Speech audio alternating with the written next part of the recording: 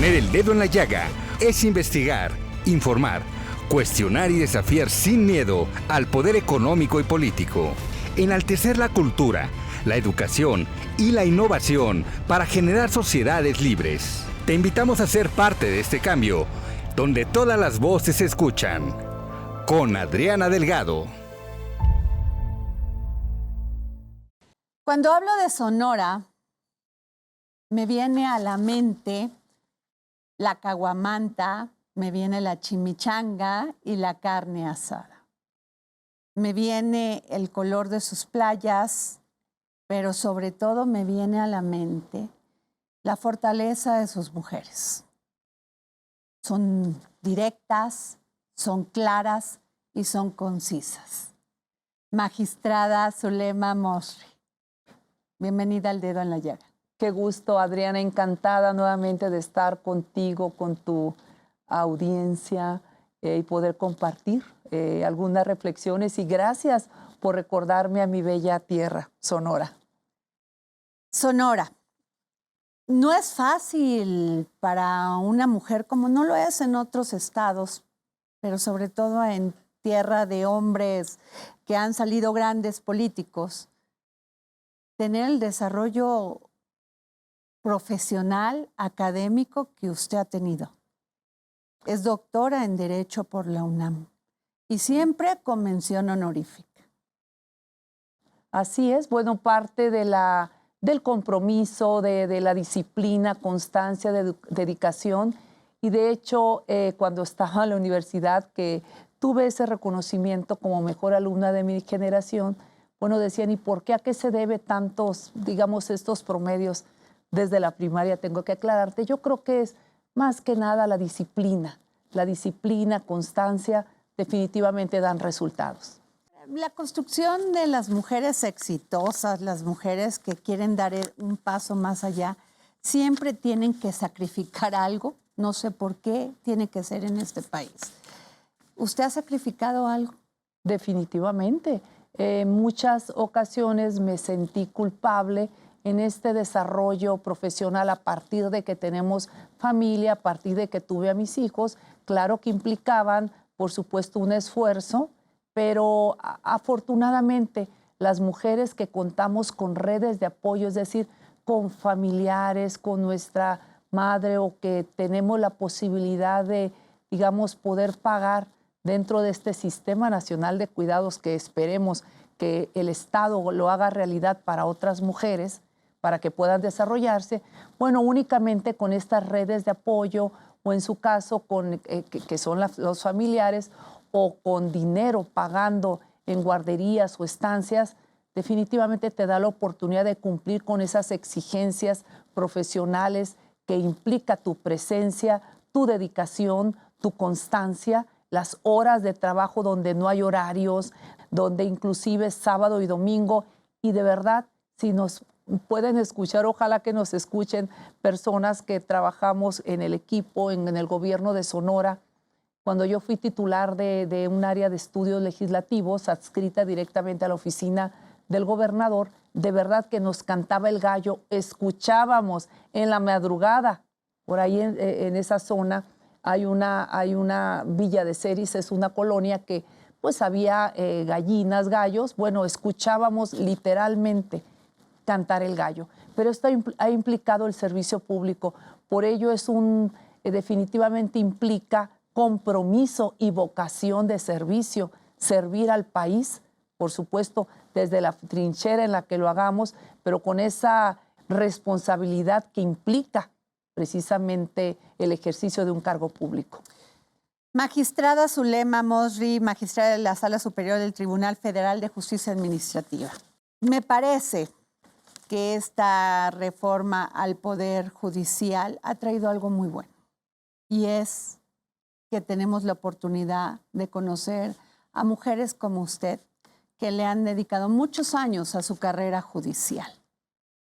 Pues sí. ¿Qué puede decir?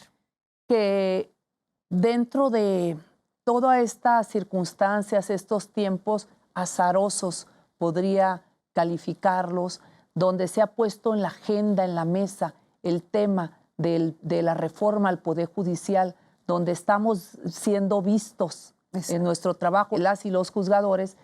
Lo bueno es que hemos tenido que salir a la calle a hablar de lo que hacemos, a que la gente conozca más, porque hay mucha confusión en la sociedad, en este sistema de justicia confunden muchas cosas, pero qué bueno que se ponga un tema en la mesa para buscar mecanismos para que realmente respondan a las exigencias, a los tiempos, a las demandas, legítimas demandas de la sociedad, de las personas, definitivamente.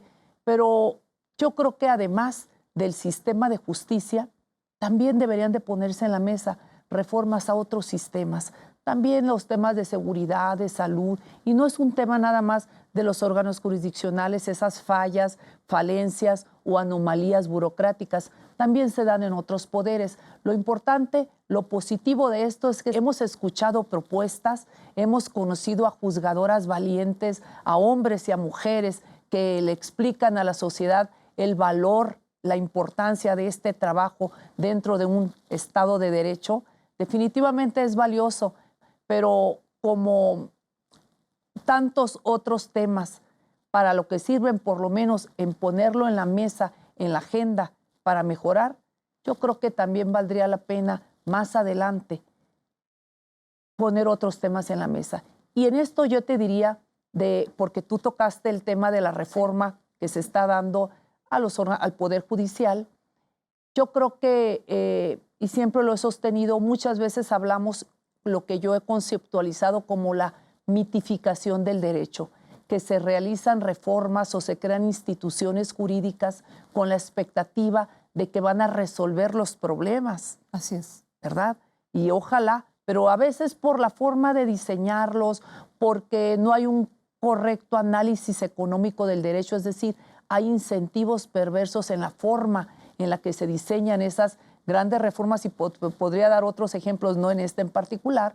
Entonces, muchas veces se crean estas con la expectativa de que van a resolver el tema, pero bueno, a veces por no instrumentarse adecuadamente, definitivamente vemos que no se cumple.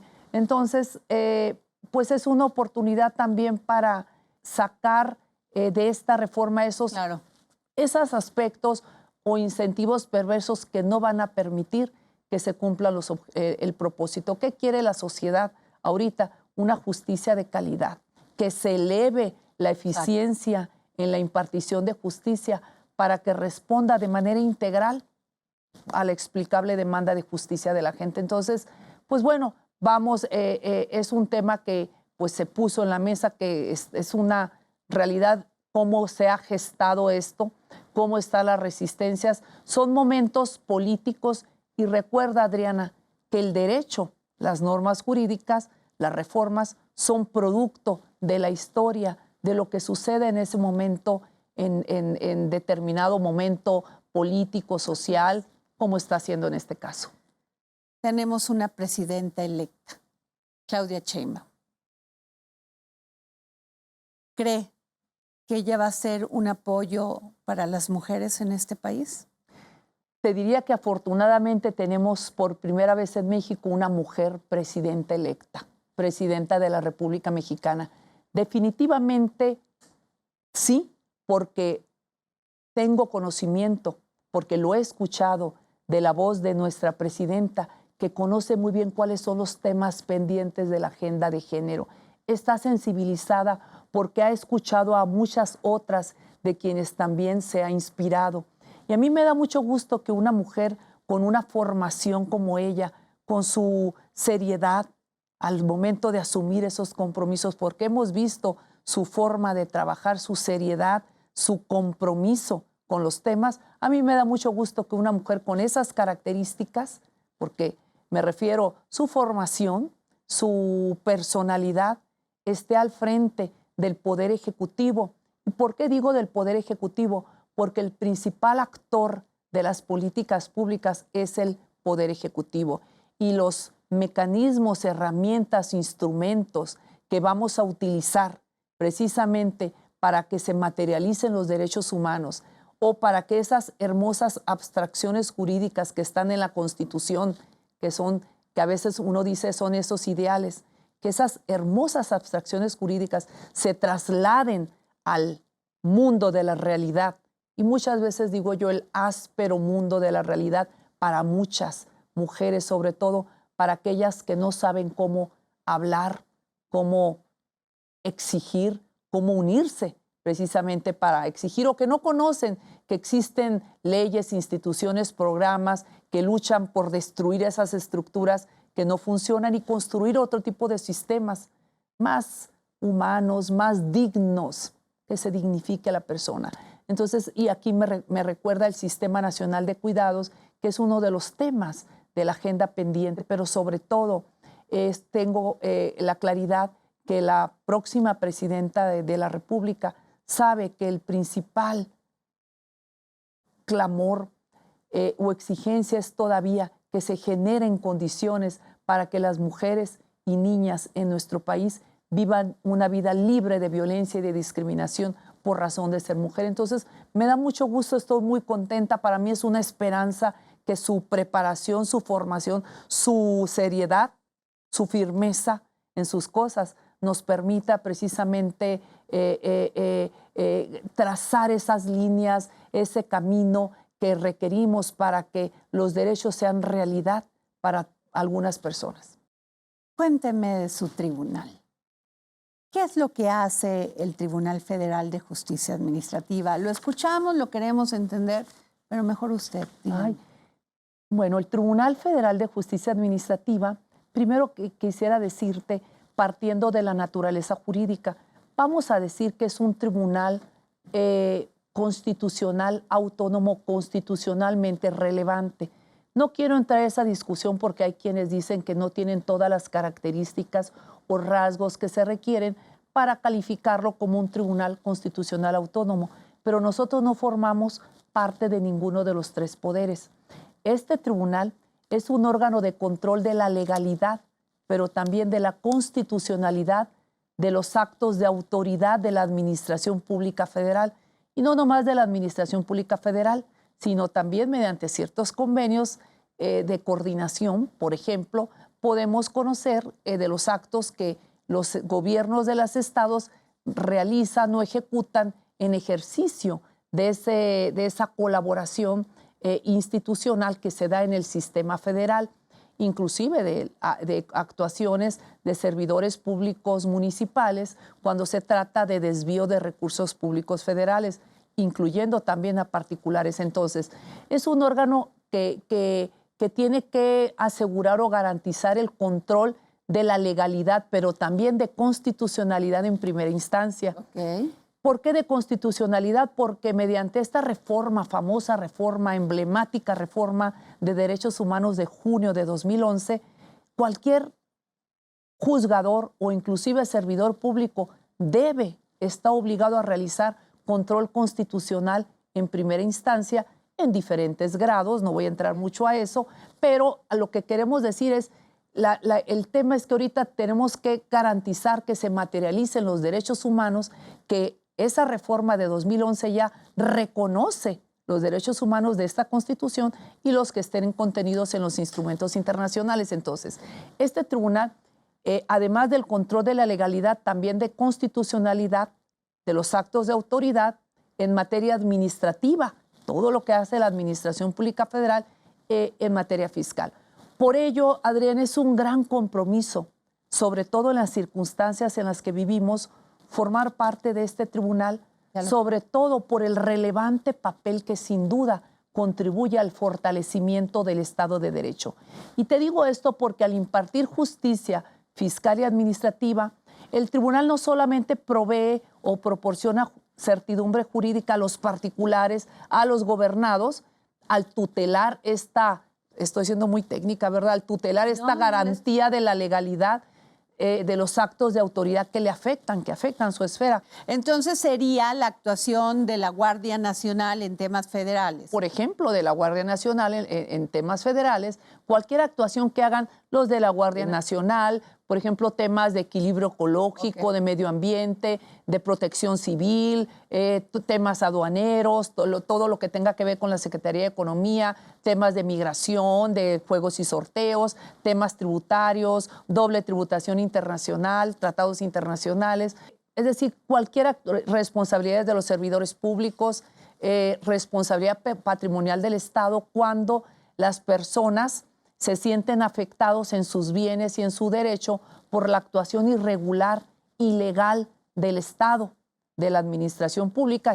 Tienen derecho a demandar al Estado para que se les fije, para que se les sancione y se fije una indemnización, porque no tenemos el deber jurídico de soportar el daño en ciertos casos. En otros casos sí tenemos el deber jurídico de soportar el daño, entonces en esos casos no va a proceder ese tipo de acciones. Pero digo, todo lo que haga la administración pública, lo que hace la Auditoría Superior de la Federación cuando fiscaliza la cuenta pública o los recursos federales que se distribuyen vía aportaciones federales, lo que haga pues todas las dependencias y entidades de la Administración Pública Federal, Pemex, CFE, conocemos de temas de negligencias médicas, temas de los saberes de retiro de los integrantes de las Fuerzas Armadas, bueno, todo lo que haga la Administración Pública Federal. Por ello, te decía que además de que podemos conocer los casos para tutelar esa garantía de legalidad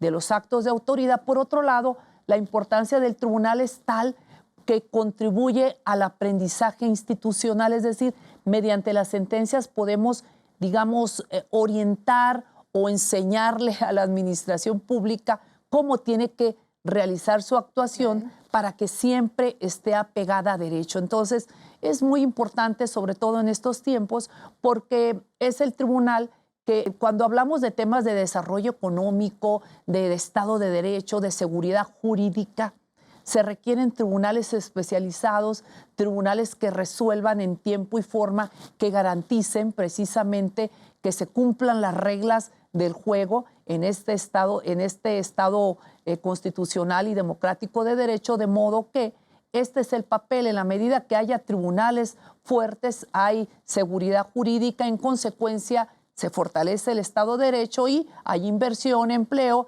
bienestar para todos. Así es. Magistrada, usted habla del Estado de Derecho. ¿Realmente los mexicanos y mexicanas vivimos bajo el Estado de Derecho? Entiendo que, ¿en qué sentido lo dices? Definitivamente hay un Estado de Derecho, es decir, es un conjunto, todo un andamiaje jurídico e institucional que establece cómo deben de orientarse las conductas de los particulares, de aquellos particulares que se encuentran en determinadas situaciones jurídicas y también la actuación de la autoridad. Tanto la autoridad como los particulares, ambos estamos inmersos en el Estado de Derecho. Tenemos que cumplir las reglas. Desgraciadamente, el problema de nuestro país es la corrupción y la impunidad. Este es el tema generalizado, diría yo.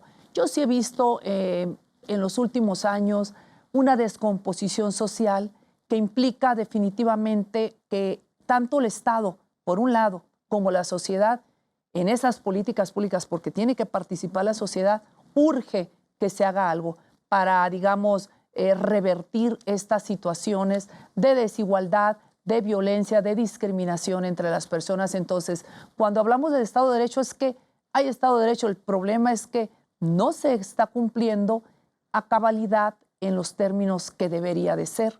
Entonces, ahí es donde está la tarea. Todavía nos falta mucho por hacer en ese aspecto y creo que urge generar acciones. Por un lado, de política pública, al Estado le corresponde impulsarlo y a nosotros como sociedad también ser corresponsables en lo que toca desde nuestra trinchera, en cualquier trinchera, tú desde la tuya, en la iniciativa privada que estás haciendo lo propio, como periodista, como investigadora. He visto tu trabajo de investigación impecable, excelente, es una aportación social, un periodismo objetivo, crítico, pero también que reconoce las cosas buenas que hay en el Estado mexicano, esos aciertos de verdad. Yo quiero o aspiro a ver muchos de tus documentales y reportajes reportando cosas muy positivas en México. Magistrada Zulema Morri, le agradezco la opinión. Y uno de los regreso al principio con el tema de esta reforma judicial. Usted lo planteó muy bien, no solamente es la reforma al Poder Judicial, son muchos otros factores que generan la impunidad y la corrupción. En el caso de las mujeres, mucho tiene que ver en el tema de los avances que se han tenido, el tema de los feminicidios. También tendría que haber un cambio en las fiscalías de los estados. Definitivamente. Mayor capacitación para todos aquellos que hacen la investigación. Porque las que más lamentamos estos hechos somos las mujeres. Definitivamente. De hecho, se confunde cuando hablas del sistema de justicia, confunden las funciones de las fiscalías, de los poderes judiciales locales y del Poder Judicial de la Federación. Yo sí quisiera, decirte que tenemos conocimiento que de casi 27 millones de denuncias, de casos que se denuncian en las fiscalías, 26.8 millones de casos que se denuncian, solamente 2 millones se inicia la investigación y de estos 300,000, es decir, el 1.2 de estos, de todo este asunto, de todos estos casos, 1.2 se judicializa. Es lamentable, mucho de esa inconformidad está en las policías y tú hablas del profesionalismo. Todas las autoridades en el ámbito de su competencia están obligadas a promover, respetar, proteger y garantizar los derechos humanos de conformidad con ciertos principios. Pero esto implica que tienen que estar capacitados con perspectiva de género, porque mencionas este tema, que es otro caso, perspectiva de derechos humanos, tanto las policías, desde la policía, el investigador, las autoridades del Poder Ejecutivo.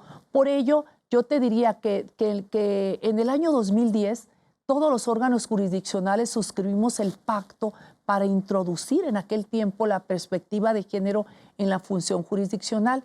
Esto derivó de ciertas sentencias de la Corte Interamericana de Derechos Humanos, el caso de Campo Algodonero o Muertas de Juárez, también conocido, y otros tantos, y también las obligaciones que establecidas en la CEDAW, en ciertos instrumentos internacionales, la CEDAW, la Convención Belém do Pará, implicó que nosotros dijéramos, tenemos que hacer algo.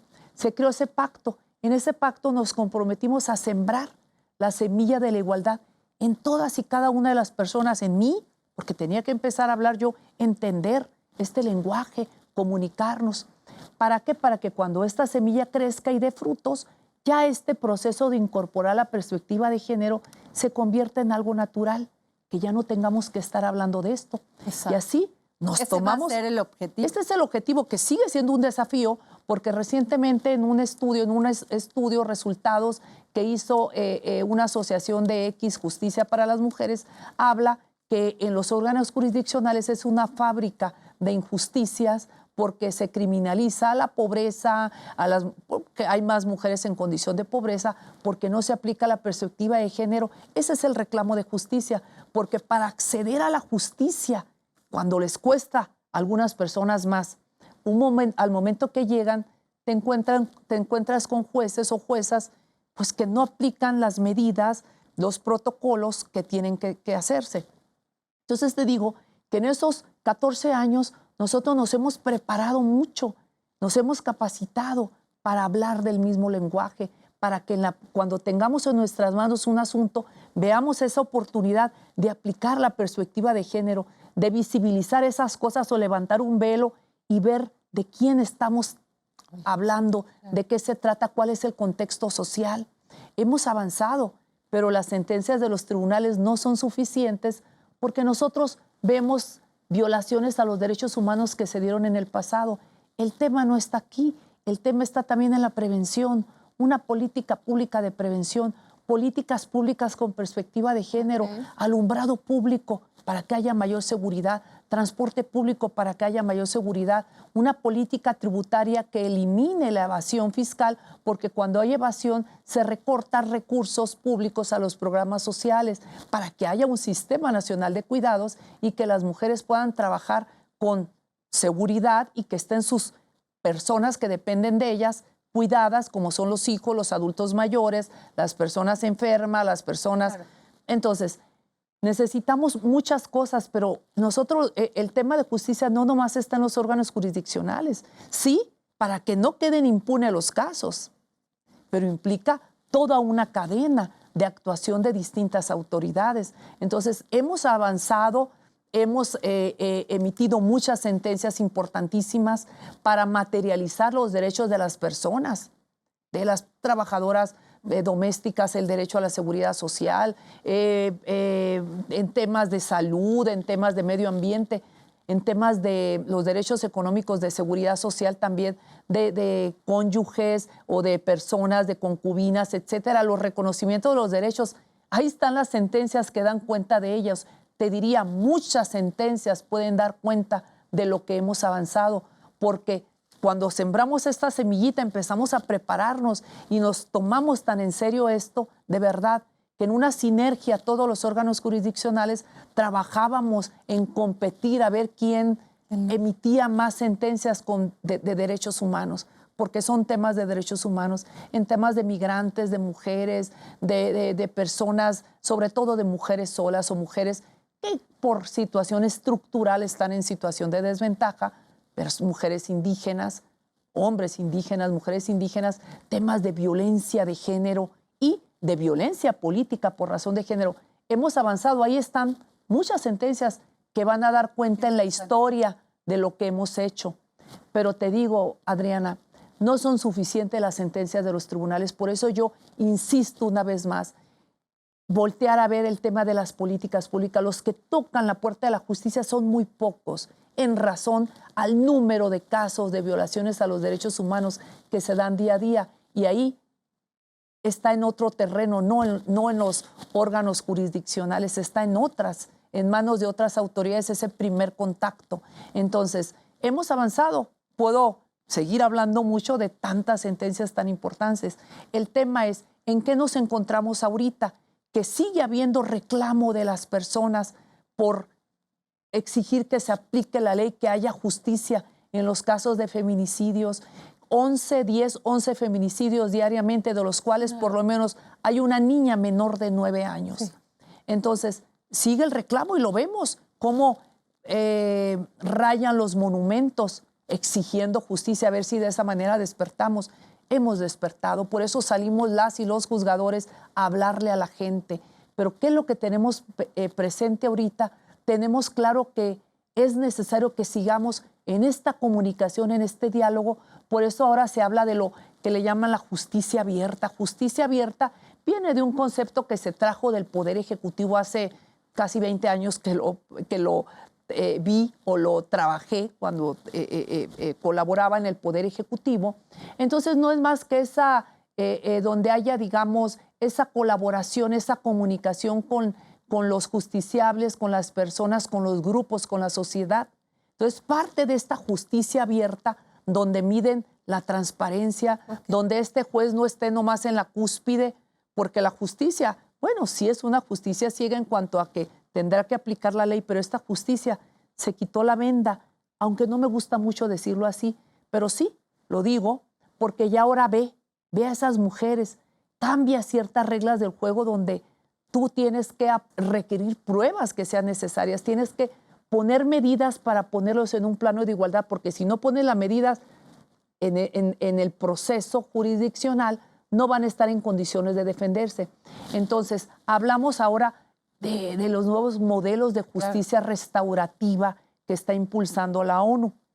En esta descomposición del tejido social se hace necesario no solamente que haya partes en conflicto que nunca se hablan, sino ponen a un intermediario, a un facilitador, a un mediador para empezar en un diálogo, no solamente las partes involucradas, sino también la comunidad, la sociedad, las autoridades que participan en eso. Entonces, se hace un diálogo entre todos para encontrar unas nuevas formas de emitir sentencia. Entonces, te digo, la justicia ha ido cambiando. De antes de 2010, de esa reforma constitucional de derechos humanos, era otra justicia. Para las mujeres, cuando escuchan hablar de estos temas a una mujer como usted, que se ha preparado, que tiene una gran carrera judicial,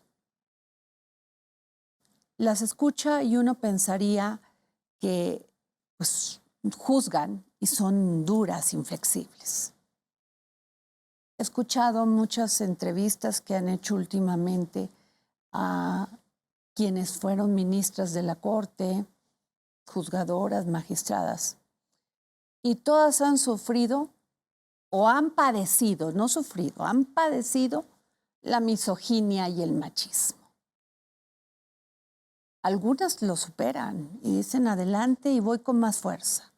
Claro. Otras no son tan fuertes. ¿Qué les diría? Yo diría que hay que estar preparadas para identificar esas microviolencias, esos micromachismos, esas violencias sutiles que pasan desapercibidas, identificarlas y levantar la voz y no permitir violencia política por razón de ser mujer. Porque hay ciertas conductas que realizan compañeros o compañeras, porque la violencia política también la podemos generar las mujeres, hacia otras mujeres o hacia hombres. Pero te digo esto porque identificamos dependiendo de cómo se comportan con un hombre o con una mujer. Pregunta, si esa conducta, si hubiera sido un hombre, ¿realizarían eso? En la mayoría de las veces no. Entonces se lo hacen a las mujeres, pero hay que estar alertas, ubicar, identificar, señalarlo y levantar la voz, no permitir.